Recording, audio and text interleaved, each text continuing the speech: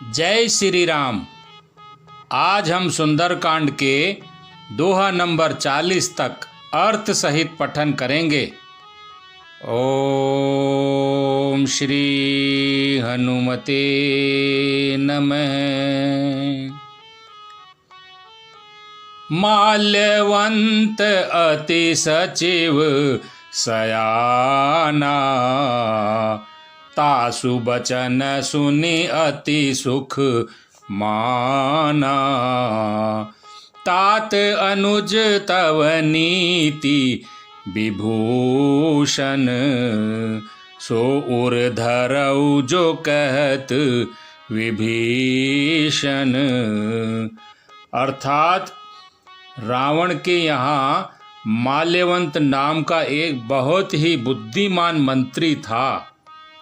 उसने विभीषण के वचन सुनकर बहुत सुख माना और कहा कि हे तात, आपके छोटे भाई नीति विभूषण हैं, अर्थात नीति को भूषण रूप में धारण करने वाले, अर्थात नीतिमान हैं। विभीषण जो कुछ कह रहे हैं उसे हृदय में धारण कर लीजिए। रिपु उत्कर्ष कहत सठ दो, दूरी न करहूँ इहाँ हई को। माल्यवंत ग्रह गयऊ बहोरी, कहई विभीषणु पुनि कर जोरी। अर्थात रावण ने कहा कि ये दोनों अर्थात विभीषण और माल्यवंत दोनों मूर्ख शत्रु की महिमा बखान कर रहे हैं। यहाँ कोई है, इन्हें दूर करो ना। तब माल्यवंत तो घर लौट गया और विभीषण जी हाथ जोड़कर फिर कहने लगे, सुमति कुमति सबके और रही, नाथ पुराण निगम अस कहही।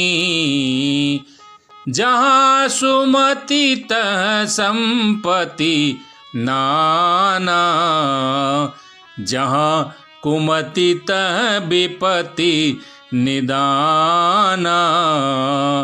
अर्थात हे नाथ, पुराण और वेद ऐसा ही कहते हैं कि सुबुद्धि यानी अच्छी बुद्धि और कुबुद्धि यानी खोटी बुद्धि सबके हृदय में रहती है। जहाँ सुबुद्धि है वहाँ नाना प्रकार की संपदाएं अर्थात सुख की स्थिति रहती है, और जहाँ कुबुद्धि है वहाँ परिणाम में विपत्ति रहती है।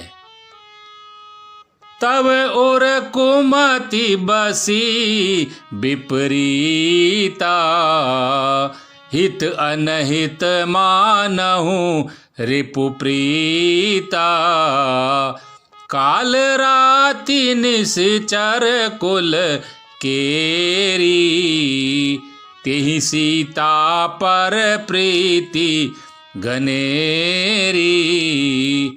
अर्थात आपके हृदय में उल्टी बुद्धि आ बसी है, इसी से आप हित को अहित और शत्रु को मित्र मान रहे हैं।